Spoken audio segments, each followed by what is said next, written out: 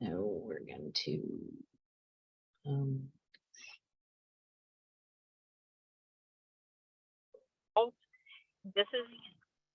This will entail local contests within the 9 associations, but we're hoping that you guys as brokers will create some excitement within your offices and your agents, and maybe hold your own little contest inside to decide which poster as a firm you would like to move up to the association level. The associations will then hold their own local contest, and we're not giving them any rules on that. You know, how they want to do it is up to them. They can use it as a fundraiser for LARPAC or a community event, any way they want to do it.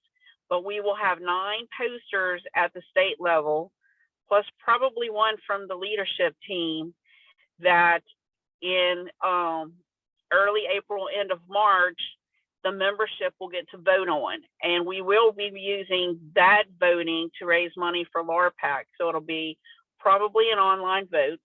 But in April, during Fair Housing Month, the winner will be revealed, and we will have digital versions that we can email to you guys to print and hang in your offices.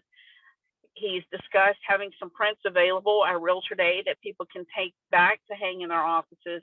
But start thinking about this and kind of giving your agents a heads up. We know it's the holidays. The full details are going to come out in January.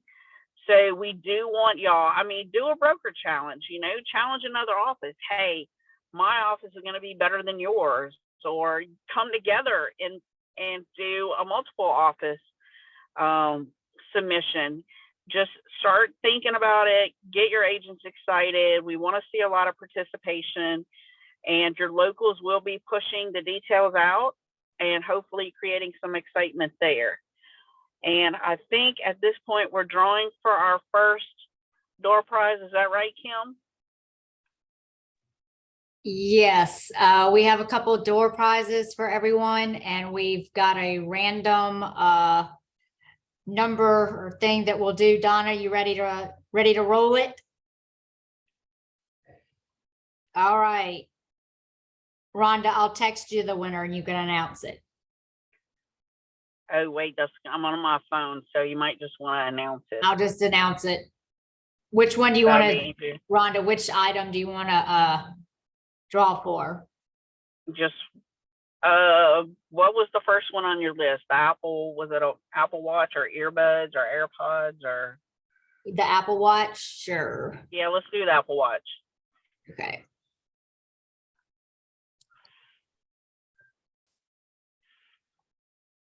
All right, Amanda, you said Amanda Nelton, Donna? Amanda Milton, are you on the call? And you have to be present to win. So we will, if Amanda's not on, we will draw again. Amanda? All right, Donna, I don't see an Amanda. You want to draw again? Yes, one moment. And just go ahead and announce it.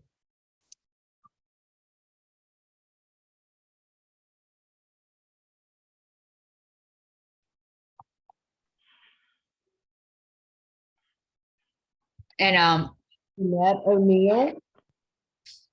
See, is Danette on? I don't see Danette either. No. I hear ya. See what happens? You registered and you didn't do it. All right. One more spin.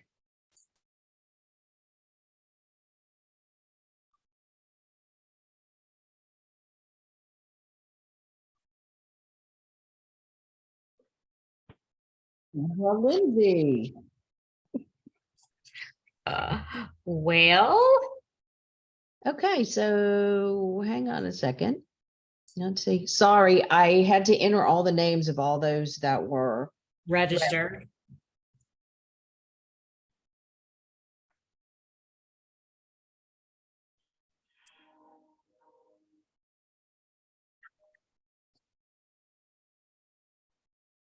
Okay.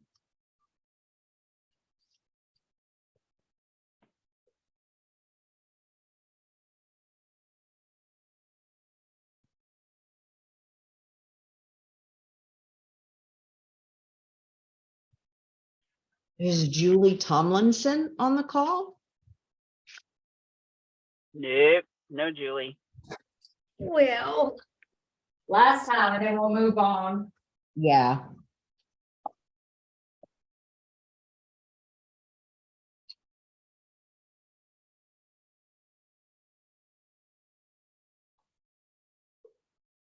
All right, Erica Taylor. Woohoo! And she is on the call. I am on the call. Is she on the You call? just won an Apple Watch. Yay! And you can tell all those other people whose name got called before you that they lost out because they weren't I'm on so the call happy. at the time. Awesome. Thank you. And Erica will Alright. mail it to you. So next up, guys, we have our real estate commission update, and Summer should be on. It's gonna bring us up to date on renewals and the disclosure document that y'all will start using January 1st. And for those of you who don't know, Summer Meir is the executive director of the Real Estate Commission. She was named that earlier this year when Bruce retired, but she has 16 years with the agency, so trust me, we are not missing a beat over there. So Summer, are you ready to take over? I am ready. Thank you, Rhonda. I appreciate Louisiana Realtors having me here today. So we're just going to talk a few things, as Rhonda said, go over the new property disclosure document, just kind of give everyone a few updates on the renewal season, a few pointers to remember, and then just a couple of things that are going on here at the commission. So as many of you know, we do have that new property disclosure document that will be effective January 1, 2023. The form is already online and available for use for anyone that does want to use it. But the changes that have come out of that were from the Act 581 of the 2022 regular legislative session. Basically, what that law did was to require that sellers disclose to potential purchasers whether the property is subject to a common regime of covenants or building restrictions in regards with the HOA. I know Louisiana Realtors has put out an extensive document on their website that gives more explanation of the changes to the form. But a number 45 question was added onto the form, which basically asked about the common regime question for the restricted covenants. I'd be happy to answer any questions as I can, but if not, I think the form, the information that Louisiana Realtors gives does pretty much cover a lot of the information. And does a good job of it. So we will be putting something out to all licensees to let them know that the form will be on the website, that it is on the website to be sent out to everyone. We'll be doing a little bit of a push for that before the end of the year. So you should be seeing an email in regards to that. If anybody has any questions, I'd be happy to answer those. As far as license renewals, I want to remind everyone that December 31st is the, oh, I'm sorry. Kim is, I think, sharing the screen here that shows that information for the new property disclosure document.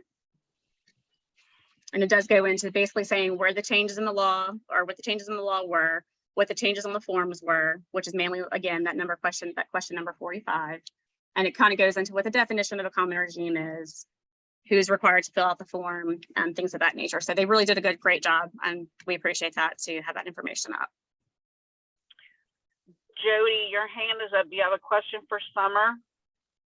I do. My question is, on current listings we have, are we being required to have our sellers fill out the new property disclosure form if their property is still active?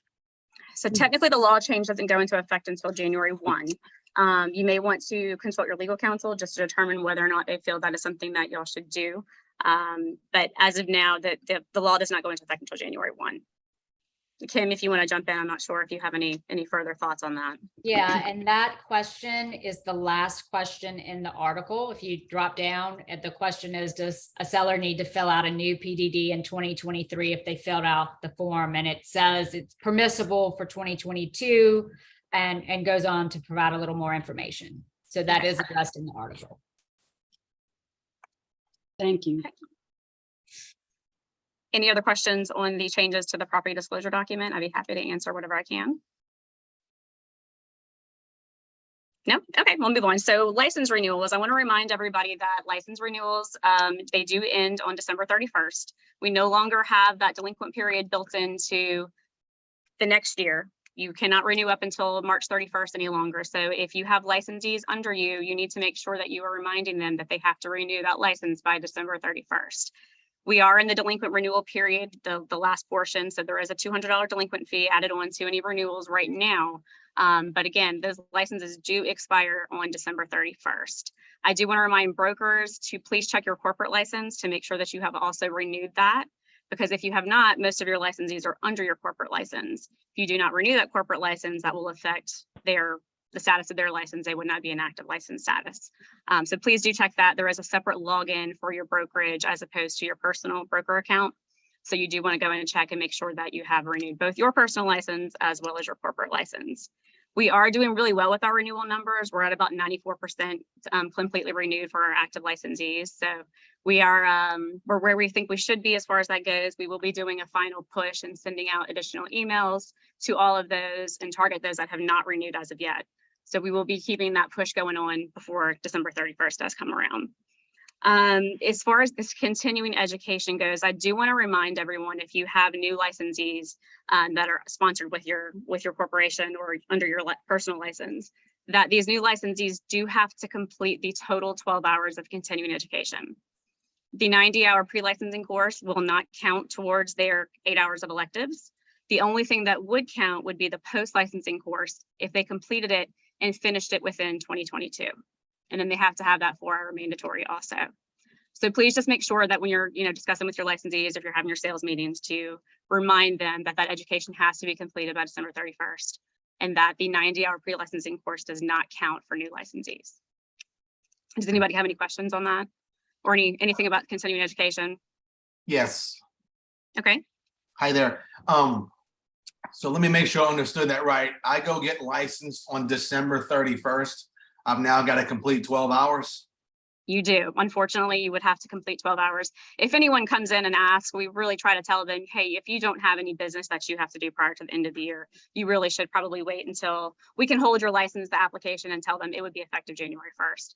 But if you did come in on December 30th, you would have to complete 12 hours of education, 4 of which is the mandatory course. Gotcha. But do we think we have any other better solution, or is there anything maybe coming later on? That just sounds a little bit unreasonable. Summer, I'll address this. Yep, Norman go ahead. and Summer and LREC have been talking about this the past couple of weeks, and we're looking at possible solutions and things that we can do. Statutorily, it would have to be a statute for the future. Yes. We have identified it as an issue and we're working on it. Okay, great. Thank you, ma'am.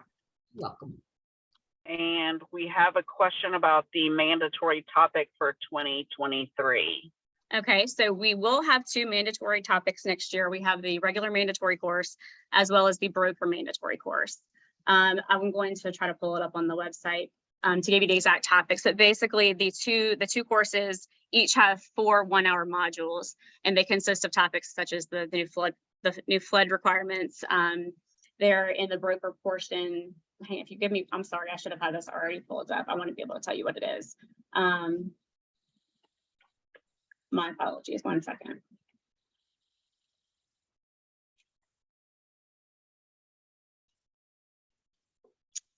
Okay. So for the regular mandatory course, the 4 one-hour modules will have contract forms review as 1, FEMA flood insurance is the 2nd, advertising and misrepresentation. So there'll be 4 one-hour modules on those topics. And then for the broker mandatory, we will have 4 one-hour sessions, 1 on agency relationships, personnel hiring, training and staffing, use of technology, and then legal and administrative rules compliance. And so those materials have been given to the vendors, so those courses should be coming up shortly after the first of the year to be offered. Any other questions on continuing education? Are we good, Rhonda? I don't think I see anything in the chat. Yeah, I don't see anything there. Okay. And no hands are raised. Okay, perfect. So it looks like it's time for Donna to draw a name, and I'm not sure what's on the list. Kim, what are we drawing for? Which would you like? We've got the Kindle Paperwhite, the Beats headphones, the bottle of Boo and their View, whatever you call it, and the bottle of Maker's What? Mark. Let's do the beets.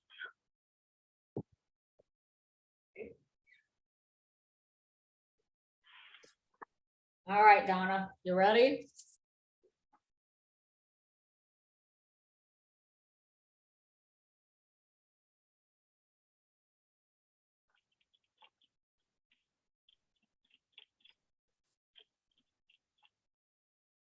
Okay, hang on. Did we I'm sorry. lose? I've not done this before. It's my first time. It's live. I'm sorry. I have Janice Bolton. I know Janice is on the call because she just asked a question about the mandatory. Hi, everybody. So Janice, you just won a set of Beats headphones. Yay. Thank you. Yay! All righty, and now I get the privilege of introducing our Secretary of Economic Development. He's somebody I have traveled with, I have worked alongside over his career and my career. He came to the department after working in Bossier up in Northwest Louisiana as a local economic development professional. And he has held several positions at LED. He is now the head honcho over there and in charge of marketing the state for investment and growing our jobs and supporting small businesses like our real estate company. So, Senior Pearson, I am going to turn it over to you to let us know what's coming down the pipe and what your team is working on in terms of the economy for Louisiana. Well, thank you, Rhonda. I get a little nervous when Rhonda's going to start talking about the lengthy period of time that we've been colleagues together in economic development, because there's some interesting stories back there, and fortunately she has left those out. I would add that prior to becoming an economic development professional in Shreveport-Bossier, and I ran the Bossier Parish program for many, many years, I was in real estate and economic development and construction full time. So I've had a realtor's license for a long, long time. I'm not active. I don't have listings or sitting open houses on the weekends or anything, but I certainly keep my continuing education caught up and feel like I've got a pretty good sense of the daily challenges that you all face. And so I applaud you for that. And it's a important service to the public to be able to be guided through the real estate transactions that you execute for us on behalf of the state. Rhonda wanted me to talk a little bit about Louisiana's economy and, sort of as we get into the year-end wrap-up time. Well, before we know it, December will be behind us and we'll be in January. We are putting together our annual report here. But we're fairly fortunate across Louisiana these days. Now, this is a big state and we manage in 8 different regions, and they are all have their own different sets of assets, resources, challenges, and things that we're working on. So we work with many elected officials and mayors and others. So some of these things have to do with the proximity of your specific location in the state. But overall today, we have more than 2 million people working in Louisiana. That's a high bar number for us, a pretty amazing number actually. And income for individuals is higher than it's ever been. The unemployment rate is, I think, 3.6. It's a historic low. So a lot of people are working out there, and we've got a lot of strong activities in a large number of the various regions of our state. That said, I know it's gotten maybe a bit of a slowdown in real estate simply because it's a recession nationally, but some of the things that are driving the interest rate increases may have given some people pause. Although I do understand that even at a rate of 6.5 or 7, that's a historic average. We've just been spoiled by this time frame of historic low interest rates. But Louisiana's uniquely positioned right now, and I'll try to zoom in on that a little bit just to say that our traditional industries of agriculture, forestry, energy, which is oil and gas, are all relatively strong right now. Some people get nervous about what we're calling the energy transition. They get nervous because they think we're going to quit using oil and gas and all our oil and gas operations are going to go away. Well, that's not true at all. And the truth of it is we're going to use less refined fuels because we will be moving to electric vehicles. However, everything that powers life is related back to that carbon hydrogen molecule CH4, which is in oil and gas. And so that becomes the feedstock for all our plastics, all our composites, all our paints, all our fabrics, all these things that are essential to life. So we're going to continue to have demand for oil and gas. We can talk a little bit more about that, but the advanced chemical manufacturing sector, and that's largely in South Louisiana, is doing quite well, is in the midst of some expansions now, and those expansions are going to continue.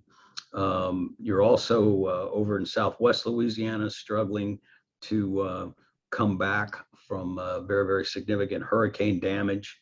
But I was just there last week, and that economy is also powered by some advanced chemical manufacturing operators, Westlake, Sasol, just to name a few, but also this significance of LNG, liquefied natural gas. And that first $7 billion plant is on the ground and operating over there in Cameron Parish. And that company, Venture Global, has announced that they're going to do a follow-on plant over there, which will be a $10 billion investment. Other operators are moving liquefied natural gas out, which puts Louisiana right at the center of being a part of a solution to the global crisis created by Ukraine, Soviet conflict right now, Russia shutting off the gas. And a way to get gas to Europe now is to import liquefied natural gas. And we are a big part of executing against that. And it doesn't just happen because something's happening in the Lake Charles area. The feeder systems are Haynesville Shale, they're the Eagle Ford Formation over in Texas. You've got fields in Pennsylvania and North Dakota that are all connected. And that's why the Henry Hub is where gas is priced, located right here in Louisiana. So we would look for the energy sector in the traditional sense to remain strong.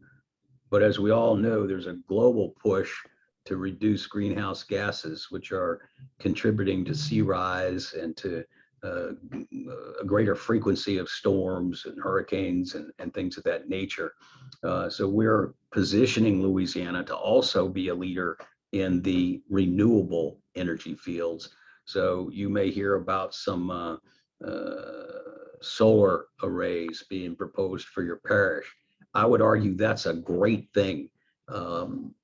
I get it. There's not anybody out there working in the solar array that is going to buy a house or create a real estate transaction necessarily.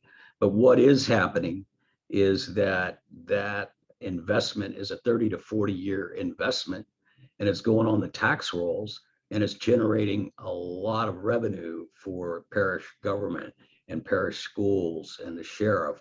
And that's going to help keep the need for raising taxes at bay, or maybe even lower taxes, because that money that's created by that solar farm in a parish doesn't come to Baton Rouge.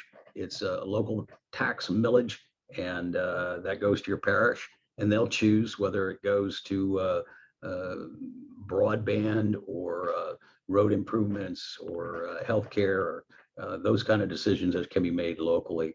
The other transition is into the wind. There's about 77,000 wind turbines in the US, but only 7 offshore. And the idea of installing turbines in the Gulf and beginning to generate electricity that way is one that we're very well positioned to take advantage of.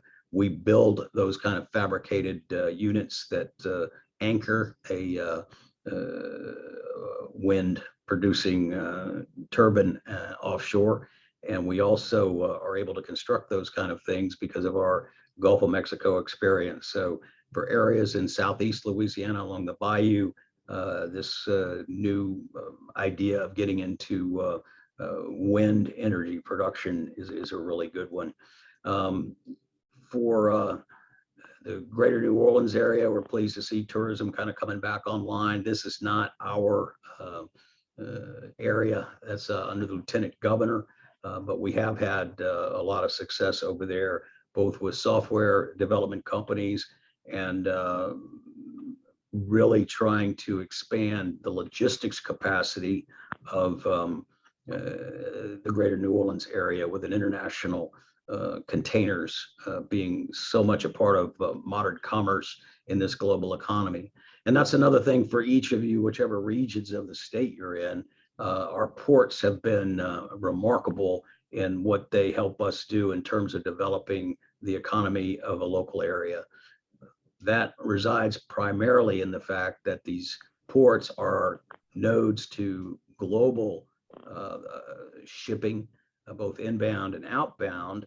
But more importantly, most of our ports are established with a lot of electrical energy capacity, rail capacity, and the roads are there. And so they become what you might consider to industrial sites on steroids. So a lot of growth opportunities at our ports. We're seeing a lot of activity around them. And so if you have a port in your region, I think that's a good thing and a sort of a barometer for you to watch in terms of being able to grow the local economy. We do a lot of work around recruiting new businesses into Louisiana. We try to balance that with not turning our backs on the companies that have been here and been paying taxes for a long time. So we have a robust program that reaches out and tries to help the existing companies here grow their portfolio.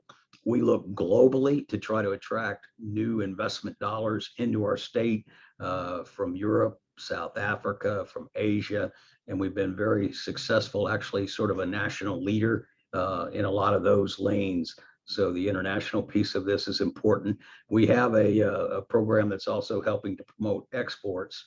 But one of the things that I don't want to leave out, because you all represent here that small business ownership in many cases, if you're running a brokerage, that we recognize how critically important small business is.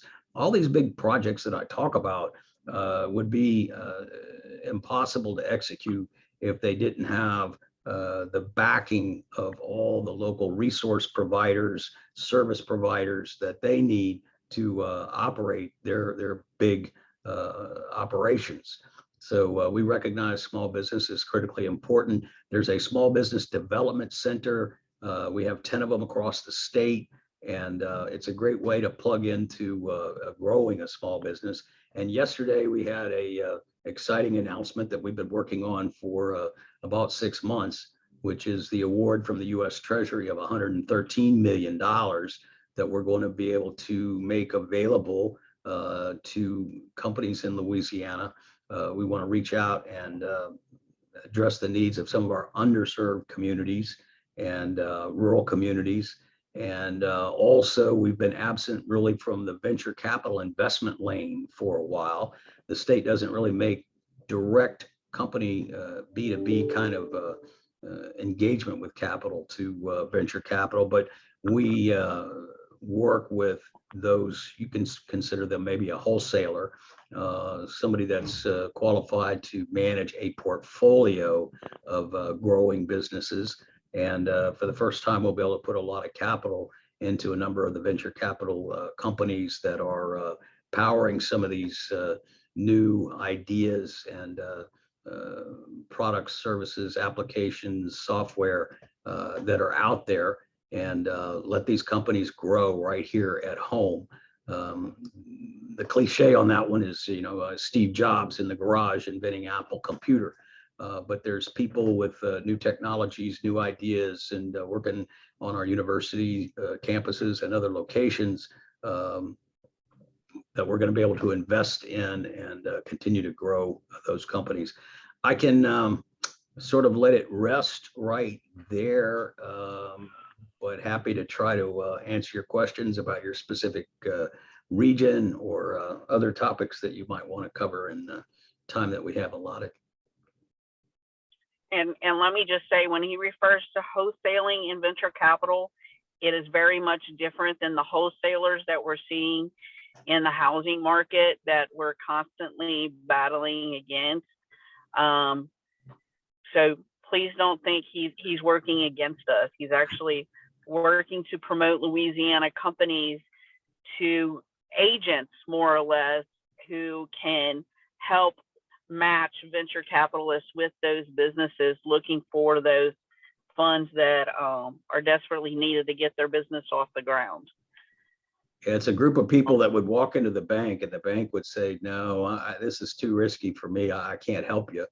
And rather than them gravitating to another state where maybe they can get that venture capital, now we can direct them to those resources right here in Louisiana. Does anybody have questions for the secretary? He's not going to share stories on me, I can tell you that. Can All I ask right. a question? Sure. This is Jody Manali. Have you or anyone else at LED considered looking at the military's BRAC model, that's space realignment and closing, when they, periodically review all of the military bases around the world and decide if they're going to keep them or they need to shut them down? The process they go through in transitioning them to something else, where if they decide to close a base, that they work to help their military people and their civilians find jobs in other industries, help them retrain, blah, blah, blah. In terms of trying to apply this to a transition we will be making from oil and gas into renewables, so that it doesn't have to be that if you move to renewables, that everybody who was working in the oil and gas industry loses out, you know what I mean, in terms of their jobs and that kind of stuff. Can we train, is there any program or anything y'all are thinking about like that, a way to analyze this and create a structure for a transition from oil and gas to renewables that everybody wins? If the oil and gas people will participate, they could win. If, helping their other folks get jobs in the new industries, that would help them, and so on. That's my question. No, that's great. There's a lot to unpack there, and I'll try to move through all of it as judiciously as I can, but I think you make a great point. And before I launch into that, just the partnership that we have is you win when we're able to affect a real estate transaction. And I know that's a complex series of various things, but at the end of the day, the person has to have an income and ability to make a loan or take out a loan, and they're going to look at their salary and their obligations. So if we can have more people that are employed, and if we can have a higher wage scale so they can get through the lender's requirements, then it's a win-win for all of us. But you make a great point about our military, and then I'll transition that to the renewables transition that we were talking about earlier. And I just want to acknowledge that we consider our military to be extraordinarily important to the state's economy.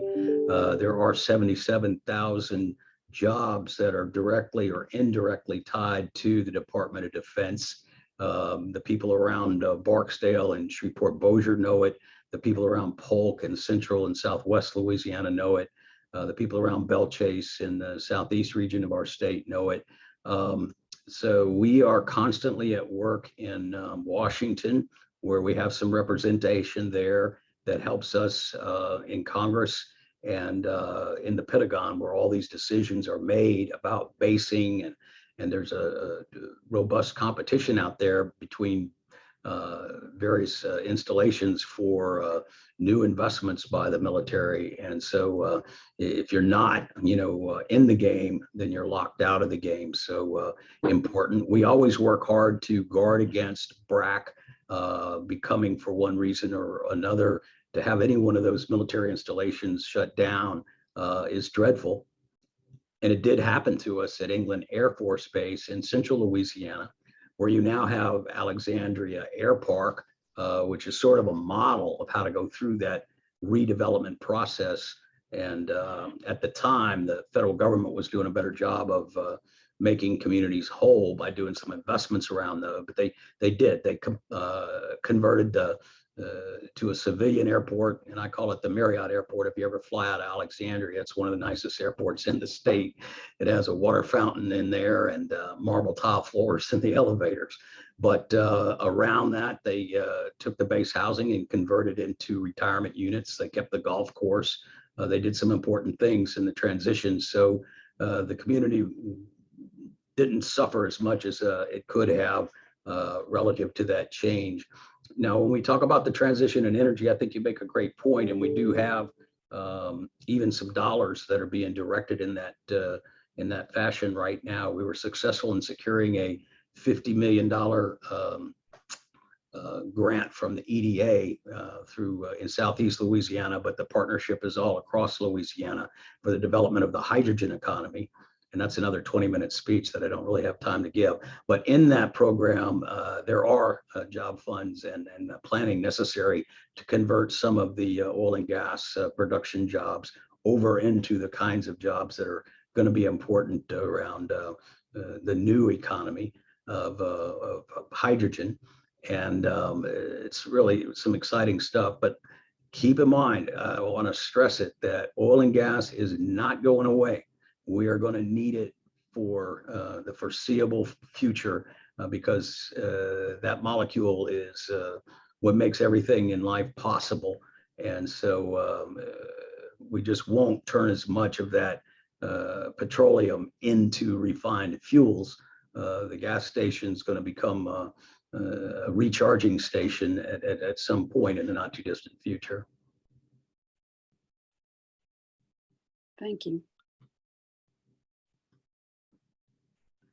And I can tell you from experience, LED works hand in hand with Workforce Commission, and they have their own training program at LED with Fast Start. So they're identifying those transferable skills and helping people move to their next career if that's what they're choosing to do. Any more questions for the secretary?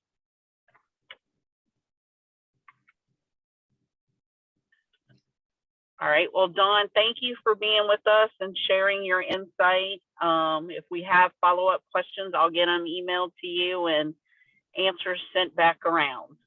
Sounds really great. And again, I acknowledge the hard work that you have in front of you, and it gets a little harder when these interest rates move up, but just know that you've got a team here in Baton Rouge, and we work in all 8 regions with regional economic development organization partners across the state, with our chambers, with the smaller economic development organizations across the state.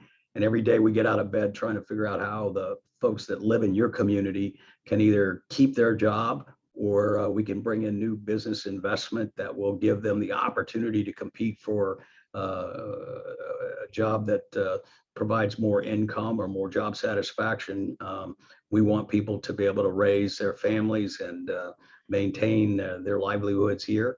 We've had a great deal of success with that. Over $20 billion in investment coming to the state last year. I don't have the final on this year's numbers, but I think it's going to exceed 20 billion. We've got more people working in Louisiana than at any other time in our history and in recent times. And so we're going to continue to work hard to maintain that. And if we can build a diverse economy, that'll be a strong economy and keep each one of your communities strong in that process. So great to be with you again.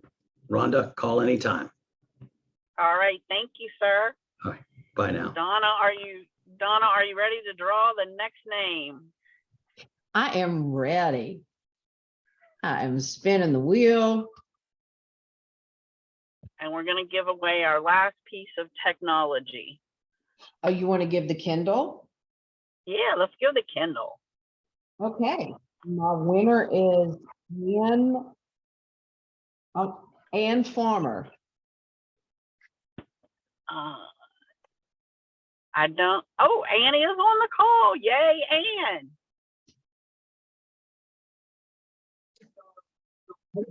Excellent. Congratulations. And we're going to move to our next speaker. Jeff Albright is the CEO of the Independent Insurance Agents and Brokers of Louisiana. He is a veteran of the industry and has spent most of his career there. He also serves on the board of directors for Louisiana Citizens Property Insurance and as a member of the Louisiana Property and Casualty Insurance Commission and the Louisiana Healthcare Commission. So he is well versed in insurance. He is going to talk to us today about some issues with property insurance, what's going on, why it's going up, all of those litany of subjects there. So Jeff, I'm going to turn it over to you now. Thank you, Rhonda. Can you all hear me okay? I believe so. Very good, thank you. So I'm afraid I don't have any good news for you. The only good news I can tell you is even though the real estate business has become a little more difficult with increased interest rates, you should all be very happy that you're not in the insurance business because it is a dumpster fire right now. I've been in the business for 44 years. This is far worse than it's ever been in my tenure in the business. I don't know anybody that's seen a marketplace anywhere close to this.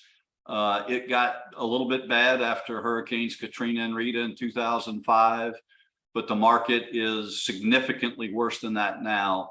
I don't think it's overstating the idea that we have a market crisis on our hands. There's a whole bunch of different factors for that. I want to start with kind of the big picture and then zero into some specific things and then tell you where I think we may be headed. And then maybe I can answer some questions if you have it. The first thing is that from a broad perspective for insurance companies, Louisiana is not an attractive market, and most of the major national insurance companies just don't really want to write business here. We used to have a lot of national insurance companies doing business here, and some of them pulled out in 1992 after Hurricane Andrew, which was the first fairly significant hurricane in modern history. We had a long time without storms, and Andrew was the first significant storm. In hindsight, it was not that big a storm when you compare it to Katrina and Laura and Ida. But there was a withdrawal then. There was another big withdrawal after Katrina and Rita in 2005. And we've had another withdrawal after the 2020, 2021 hurricane seasons with 4 hurricanes in 2 years and 2 Cat 4 storms in 2 years back to back. And so some of the reasons that we're not attractive to insurance companies, that first of all, we're a relatively small state from the standpoint of the size of our economy and what is here to insure. And so when the wind doesn't blow, insurance companies are not going to make huge profits here. They're willing to risk a little more exposure in a state like Florida, even though it has a very similar hurricane risk to us, because Florida is many times the size of Louisiana. Just as one comparison, our homeowners market is $2 billion in Louisiana, and the Florida market is a $20 billion market. So when the wind doesn't blow, insurance companies can make a lot of money in Florida. And as long as the wind doesn't blow too often, over a period of time, they can offset the losses of a hurricane and make a little money. Whereas in Louisiana, they can't do that.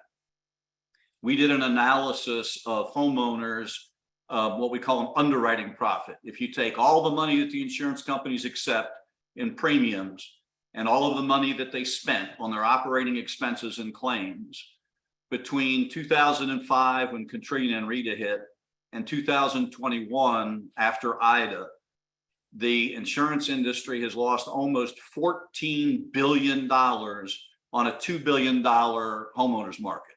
You don't have to be a rocket scientist or a CPA to figure out that's a pretty tough sell for insurance companies to explain to them why they ought to come do business here. We have a relatively weak economy. We have a lot of very difficult risks to insure. Most insurance companies do not want to insure oil and gas, petrochemical, agriculture, timber. So a lot of the things that we have, they're not really that interested in insuring. We have hurricane risk, and that is a major issue for insurance companies. There's not a lot that we can do about some of those factors, but there's three other factors that discourage insurance companies from doing business. And I think these are things that we can do something about, and then I want to talk to you about towards the end of this presentation. Insurers perceive the environment here to be negative. They find the legislature to be hostile to insurance companies. The last two legislative sessions, because people were frustrated with insurance claims, the insurance industry had massive number of bills, basically to punish insurance companies. And it's hard to punish insurance companies in the legislature and then encourage them to come do business here. They consider the regulatory environment to be hostile. The insurance commissioner is elected. It's good politics to say I'm tough on insurance companies, and it may initially sound pro-consumer, but if you're tough on insurance companies and therefore we don't have insurance companies, that's not a pro-consumer position. And the last thing is we have a very significant tort insurance problem.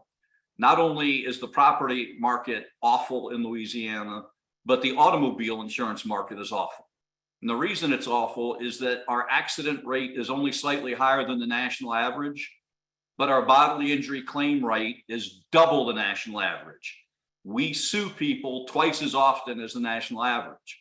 Well, again, it doesn't take a rocket scientist to figure out that that's not an environment that insurance companies are going to feel real great about insuring.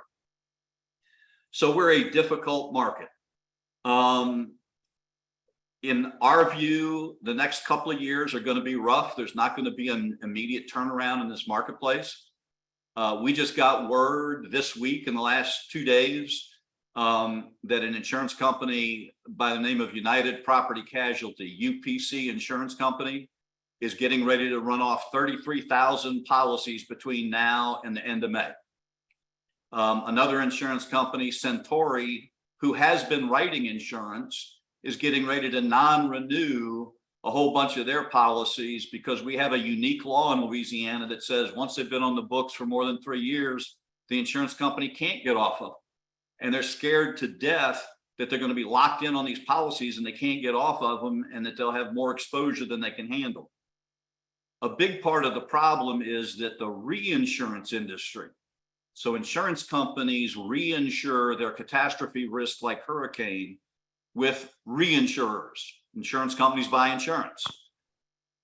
We saw some statistics this past week that in 2022 and in 2021, in each of those 2 years, reinsurers paid over $100 billion, which is a new record, in natural disaster catastrophe claims.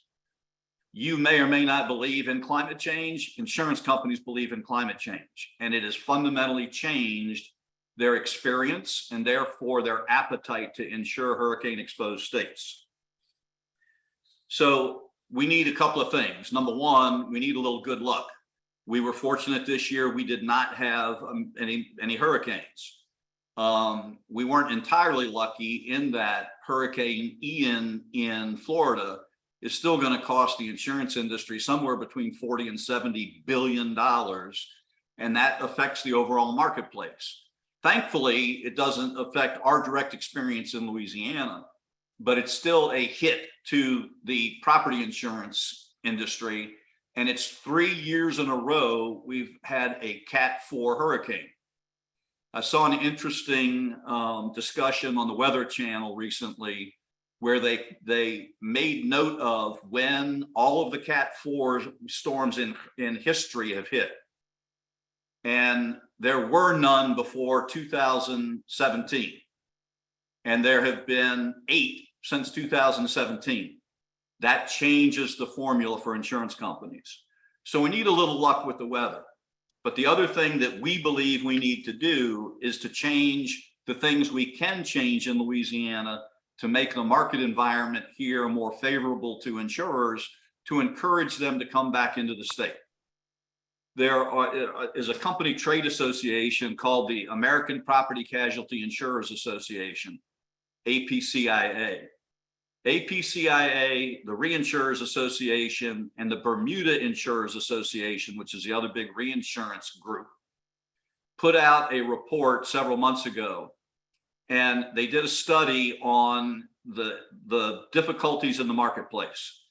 And the name of the report is, "It's Not Just the Weather." And their analysis is that property claims, particularly hurricane claims, but in addition to that, wildfires, floods, and other things are increasing. But their analysis is that they can manage the risk. What they cannot manage are man-made catastrophes in certain states. And they identified 3 states, Florida, Louisiana, and California. And they said these 3 states are creating a man-made crisis because of the way their legislature, their regulator, and their tort systems treat insurance companies. That is something that we can and should do something about. As I mentioned before, the last 2 years, the legislature has looked to punish the insurance industry because of problems related to hurricane claims. The discussion among legislators now is, why don't we have any insurance companies and how do we get some back? And I think there will be an effort to try to moderate some of the laws that restrict insurance companies. There will probably be some effort to modify how the insurance commissioner regulates the insurance industry.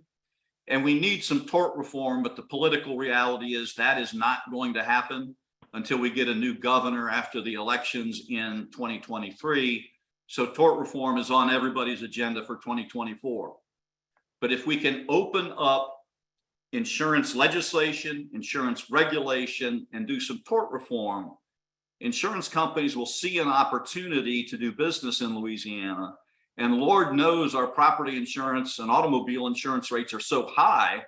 If the environment is decent, they're going to see a profit opportunity. And that's what brings insurance companies back into a marketplace. And the only way we're going to mediate the current crisis we have, because it's a crisis both of availability and affordability. Most of my agents don't have but a couple of insurance companies that are willing to write any kind of property insurance. And more of the property insurance is going to Louisiana Citizens. That's a problem for a couple of reasons. First of all, Citizens has intentionally high rates because you don't want the government property insurer to be competing with the private market and driving the private market out of your state. But the bigger problem is this: Louisiana Citizens cannot buy enough reinsurance. The whole idea behind insurance is you want to spread the risk, particularly catastrophe risk. If we're going to get a big hurricane, you want a whole bunch of insurance companies, each writing a little bit of business, and then reinsuring that among a whole bunch of additional reinsurance companies, so nobody takes a real big hit. Everybody gets a little hit, nobody gets a big hit. When you concentrate the property risk in Louisiana Citizens, they can't buy enough reinsurance to insure that. Last year, Louisiana Citizens had about $550 million in reinsurance, which cost them $35 million. This year, the most they could buy, they wanted to buy more, but the most they could buy is $1.2 billion in reinsurance, and it cost them $160 million. Louisiana Citizens has grown from 37,000 policies to 140,000 policies, and they're growing at a rate of 300 or 400 policies a day. I mentioned before, UPC by itself is going to add 33,000 policies to Louisiana Citizens because there's nowhere else for them to go. The impact on that ultimately is that they projected if we had a storm like Hurricane Ida this August, Louisiana Citizens would have been $1 billion short in their ability to pay claims, which means they would have to do what they did after Hurricane Katrina and borrow $1 billion and then assess every insurance policy in the state of Louisiana, every property insurance policy in the state of Louisiana, as long as it takes to pay off the loan. That's not a good situation. Whether you're a Citizens policyholder or any other policyholder, you don't want to have to pay an assessment on top of your premium. So I will stop there. And if there are questions that I can answer, I'll be happy to do that, or I'm happy to sign off as you deem appropriate. All right, does anybody have questions for Jeff? I think you just sent everybody to the liquor cabinet. Okay, Yeah. so I'd I'm like, sorry to be the bearer of bad news. Wait, I think Ann does have a question. Yeah. so when do you think we'll see a turnaround and getting more availability for insurance? I think it's going to take 2 or 3 years for it to begin to turn around. I think we can hasten that if we make some reforms next spring in the legislature and show insurance companies that we're willing to work with them and make it a more friendly environment to them. I think if we don't do some reforms, they're going to take a long, hard look at us, and unless we go a number of years without hurricanes and they see an opportunity to make really big profits, they're not coming back. Yeah, and business groups have been slowly chipping away at tort reform and have had some success, but not enough, not a lot. Enough. So, any other questions for Jeff? I don't see any in the chat, so Thank you very much. sir. Thank you very much. Appreciate it. All right, Donna, are you ready? We're gonna draw for the makers. I So am. that, you know, it's kind of like perfect right after gloom and doom. I'm sorry, I drank. that Perfect right while after the insurance talk. this report, so there is no interest left. Well, you got to go buy a new bottle then. Okay, my winner is Johnny Mondello. Oh, Jody. John. Oh, no, Johnny. Yes. I see. Yeah, there was a Johnny. Yay, Johnny. Thank you. Well, if you don't consume adult beverages, you'll have to share with a friend. No threat there. No threat. No pressure. All right. So our last speaker today is Sonia Sheffield. She is the Technical Outreach Director for Smart Home America. She's going to talk to us today about the Fortified Roof Program. Some of the Fortified Roof Program has been inserted into the Louisiana building codes. I know there's at least one issue that's still out there that we're trying to work through. But guys, this is something that may be a benefit to your sellers and your buyers. We know almost every time you sell a house, the buyer wants a new roof. Well, there may be some advantage to having some cost share going on to pay the extra expense to have the fortified roof put on, because the whole purpose of the program is to keep the shingles on your house and keep the water from coming in from up above. So I am going to let Sonia explain more in detail how this works. And I'm turning it over to her. Thank you so much. I very much appreciate it. I'm going to share my screen. I have a couple of slides to share with everybody. Hold on just a second. Okay.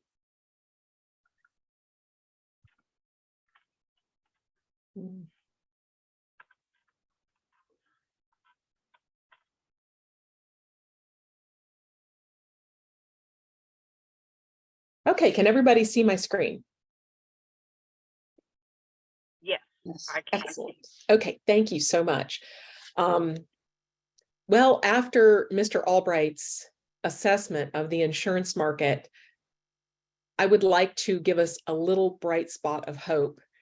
I am not going to say that what I'm going to talk about here is going to completely ameliorate everything that Mr. Albright said, but there are some ways forward to help with the very hard insurance market that we have in Louisiana right now. So let me start by explaining who Smart Home is.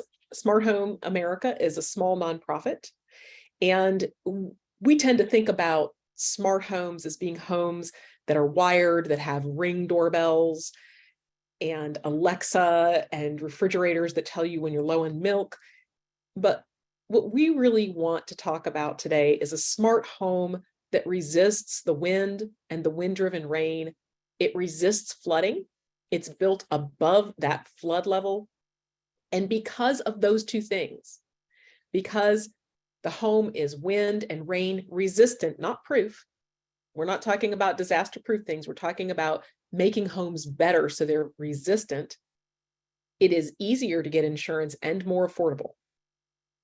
Yes, that is something that will absolutely help the insurance market. Once all those things are in place, we absolutely want to encourage energy efficiency and sustainability, and certainly add that Ring doorbell when you're ready for it. 16 years ago, when Ivan hit, and then Katrina right after that in Alabama, our local folks looked around and said, you know, houses that we re-roofed last year, we're re-roofing again. There's got to be a better way to do this. We've got to be able to make a more resilient home. And they found IBHS. IBHS is the Insurance Institute for Business and Home Safety. They are completely funded by the property casualty insurance industry, and they do research on wind, hail, rain, and wildfire. That is their research facility that you see in the background. And what they look at is how you can better install regular materials that you can get off of the shelf at Home Depot or Lowe's and make your house more resilient to storms.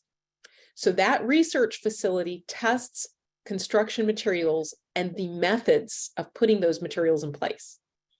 They're looking for ways to reduce risk because, like I said, they're funded by the property casualty insurance industry. But by reducing that risk, they're also helping homeowners. When you have less damage to your home, you may not even be making a claim if it's a very small amount of damage. So if you're not making a claim, that helps the insurance industry, but it also helps you as the homeowner. Just a second. So this is just a very brief video that will show you what is fortified.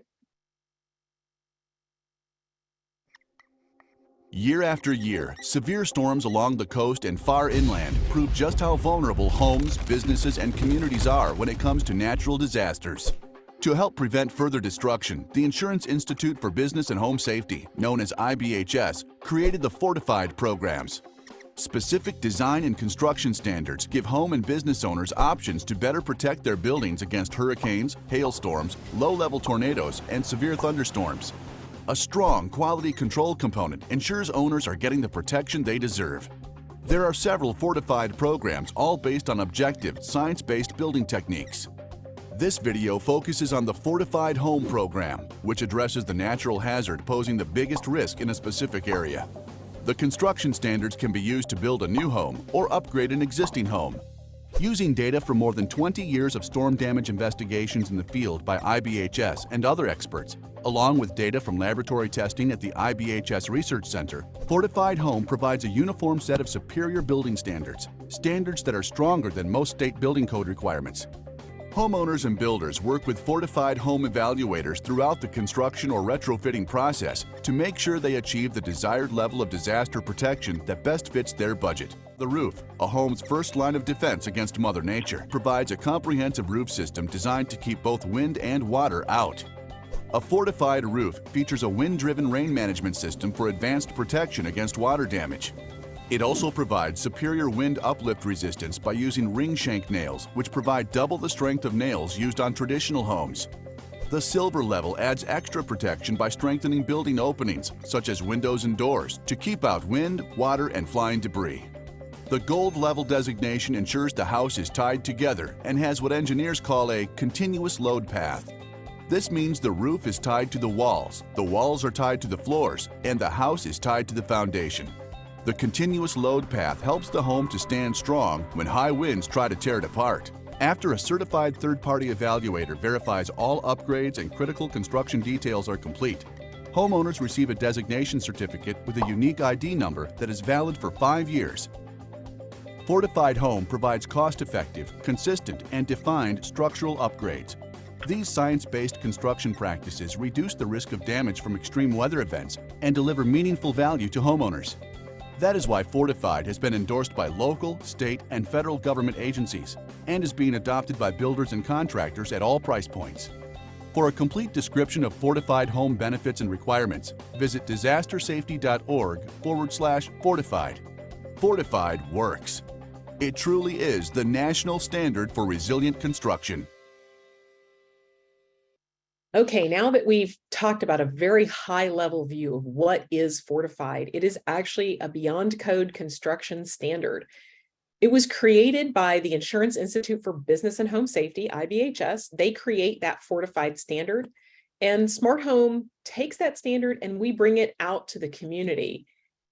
We love to take this information to homeowners and business owners, but getting those folks in a room so that we can talk about roofing and construction is often pretty difficult. So we actually educate people in the community, stakeholders in the community, everybody who touches a building. And realtors are incredibly important in getting the word out. You guys talk to way more homeowners than we could ever hope to. You talk to them when they're trying to sell their home. How do you make a home more marketable? One of the things that you can do absolutely, especially if a roof needs to be replaced already, is have a fortified roof put on a home. So fortified is not a new program. Actually, this is the number of fortified homes as of December 1st. It is over 43,000 nationally. Alabama does lead the way with over 35,000 homes. We've had a robust insurance discount program in Alabama for about 8 years now. And that has really helped. And Louisiana is working on that same kind of robust discount. This is something that will absolutely help homeowners get insurance when they otherwise may not be able to even find insurance. And it's certainly going to help pull people out of that citizens win pool in the long run. So one of the things that Mr. Albright was talking about was how just hard the insurance market is right now. And this is just an interesting statistic. 64% of homes are underinsured, not uninsured, but underinsured. These are people who actually have insurance, but they don't have enough. They're underinsured by an average of 24%. So if you had a $200,000 home, that means if you have a total loss, you're going to be out of pocket $48,000 to make a complete recovery. That is not money that most homeowners are going to have access to. So what we're looking to do is to try to reduce that number, if not get rid of it altogether. Ultimately, it'd be wonderful if people don't have to make claims at all because their home survived and did just fine. We're looking at making entire communities more resilient. So to do this, here are some building blocks that can help not only make your community more resilient, but it also helps to draw those insurers back into your market. Now, I want to make it very clear, this is not going to solve all of the insurance market problems, but it's definitely going to help. So if you have that fortified building block where you're building beyond code, homes and businesses that are disaster resilient, you have a good flood ordinance risk in place, and you have a recent building code, which Louisiana does. Those are the base of your building blocks. Once those things are in place, you want to look for mitigation funding options. This is something that the state of Louisiana is looking into. They do have tax credits for homeowners, but they also have a grant program that they're trying to get up and running to help people mitigate their homes to that fortified standard. Having state and local policies incentivizing community resilience, such as insurance discounts and tax credits and those kinds of things, all help. Once those things are all in place and people can get insurance that they can actually afford, that actually completely covers them, that is a good means of resilience for your entire community. It means when people do have losses, they're actually able to recover. This is actually Ida. This is Lockport area. This is a fortified multifamily structure. This is, you see there's damage on the siding there. This is another fortified multifamily structure. So let's go to the next slide. I'm going to show those again. That last structure was not fortified. What we're really looking to do is change the way communities recover. If we try to mitigate things and make them more resilient before the next storm, we can recover more quickly and easier, and our communities are able to pick up and start going again. So what we want to see when we're doing this mitigation, when we're changing out the roof, if we have to replace your roof anyways, upgrading to a fortified roof can really make a huge difference, not only in your insurance, but how well your home does during the next storm. We want to see this mitigation be goal-oriented. The goal is to have fewer insurance claims, lower insurance claims, for people to be able to get right back in their houses after a hurricane because they don't have massive damage on the inside. It's sustainable. It's absolutely affordable. And we would like, of course, ultimately to see this community-wide. Those are the two multifamily structures that I showed earlier. I just want to say these were done by the same contractor. The one on the left is only 3 years old when this picture was taken. It's not an older structure. The structures on the right were actually fortified. So they were built to that higher standard, and the contractor, the same contractor built both of them, drove by the one on the left first after Hurricane Ida and just felt horrible. Then when he turned the corner and saw the one on the right, because these are only about half a mile apart, he was absolutely elated that the structures, they had almost no damage. There was a little bit of damage on the siding. The air conditioning units were not attached to their platforms yet, so they blew around during the storm and they damaged some siding. But Hurricane Ida only pushed back the opening of this new multifamily complex by 3 weeks. So they didn't really lose much time at all. So not only did that contractor not lose any time, not only did he not lose a lot of money from Ida, but the people who lost their homes had a new place to move into, including the property manager who ended up moving into the new complex. So I wanted to make a nice brief introduction to fortified and fortified roof, and I'd love to take some questions from you guys now. Does anybody have any questions?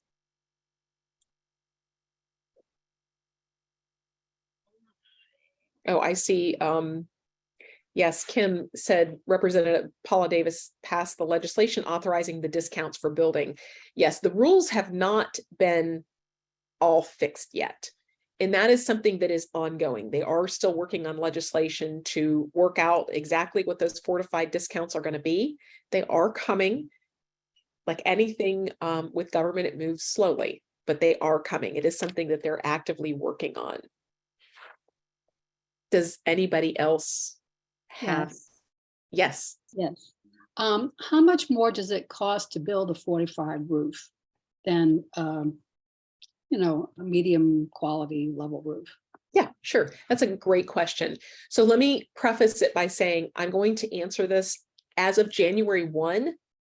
Louisiana is actually changing to the 2021 building code.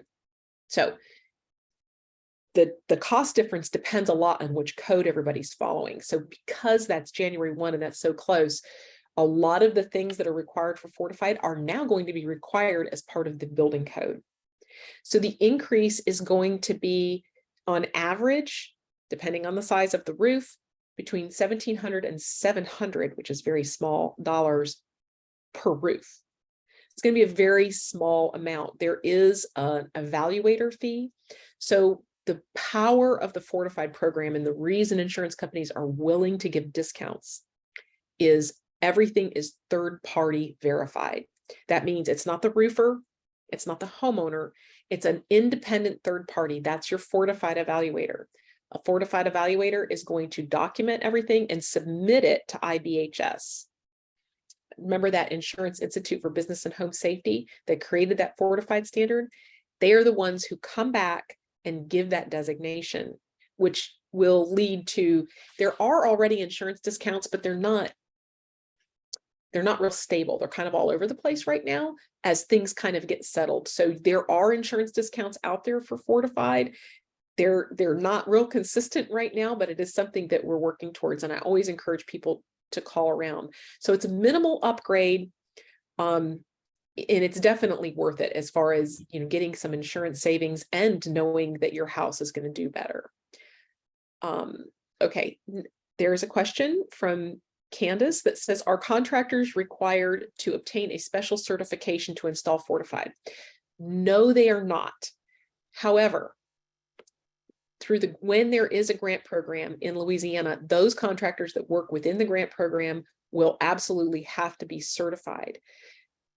There does need to be an evaluator involved. Now, evaluators also get certified through IBHS, and this is what I tell everybody. Evaluators are certified through IBHS, but they don't work for IBHS. They're all independent contractors. Just like a roofer may have his contractor's license through the Louisiana State Board, but he doesn't work for the Louisiana State Board. He sets his own prices. So you do need a Fortified evaluator. You do not have to use a roofer who is certified Fortified. However, those that are certified are much more knowledgeable. So next from Deborah says, oh wait, hold on, I'm skipping somebody. Regina asks, how will we know when this program is active with grants and tax credits? That's an excellent question. The tax credits already exist. So the tax credits are up to $5,000 for mitigating your home. So mitigating can be anything that includes any kind of disaster resilience. So Fortified roof is a way to mitigate your home. It's up to $5,000. It's 50% of the cost of whatever it takes to do the upgrade. So for example, if you're doing a Fortified roof, and let's say, most roofs are well over $10,000 these days. So it can't be more than 50%. You're going to absolutely be able to use that whole $5,000 tax credit if you're putting a roof on. Hurricane panels are another thing that will qualify.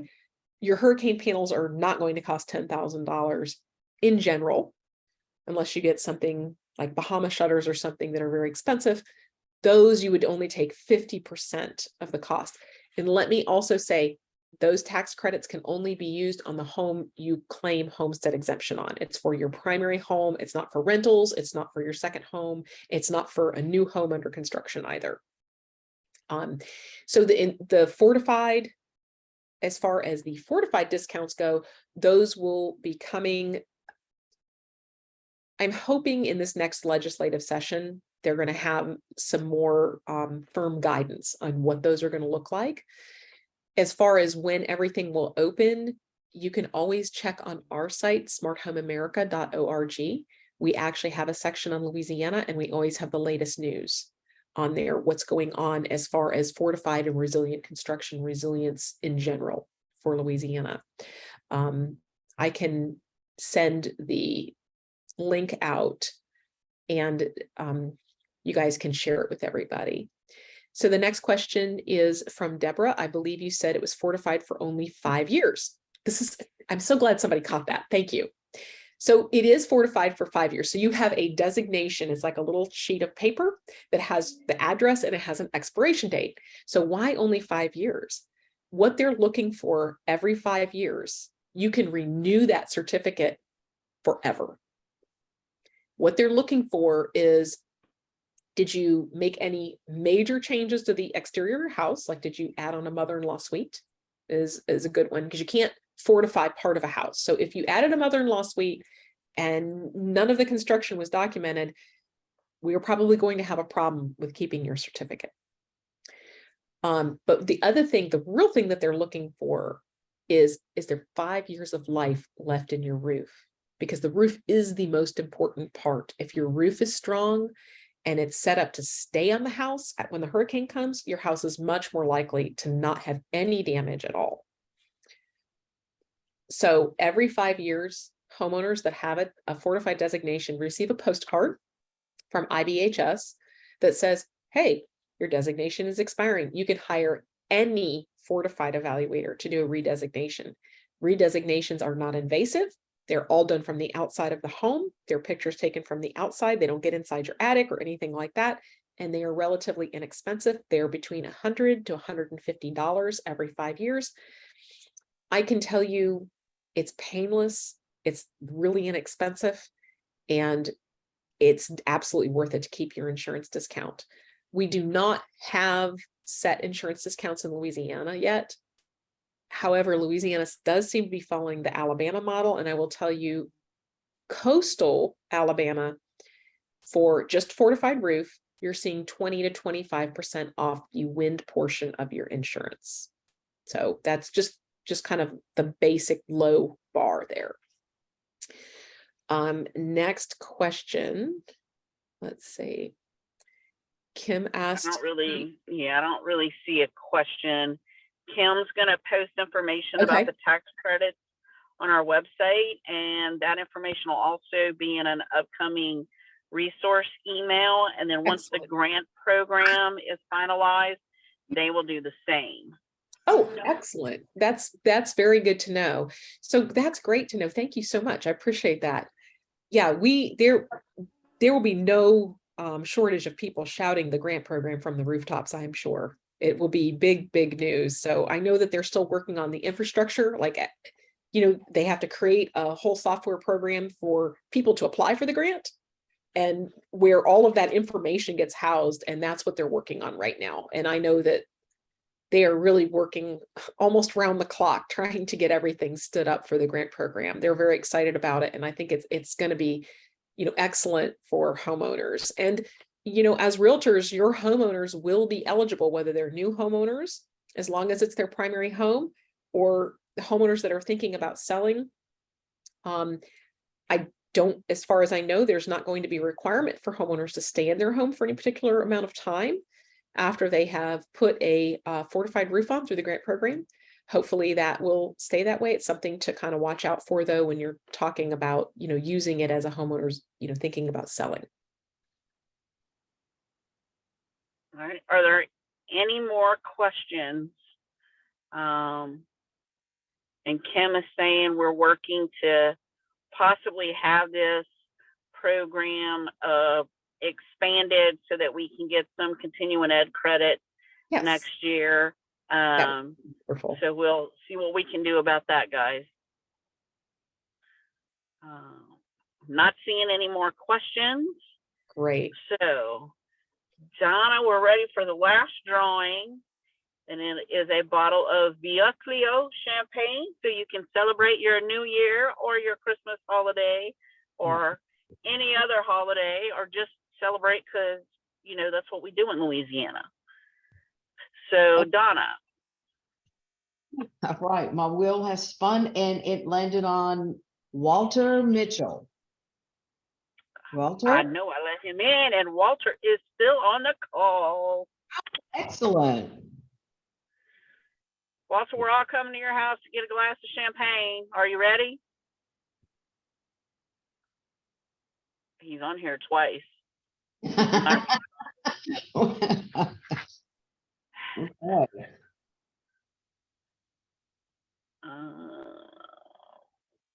All right. Well, guys, thank y'all for hanging in there this afternoon. We know this was a long one. Hopefully you did get some good information to share back with your offices. And please start thinking about those posters and keep everybody in your mind for the holidays. Norman, are you still on? Do you need to tell us anything important?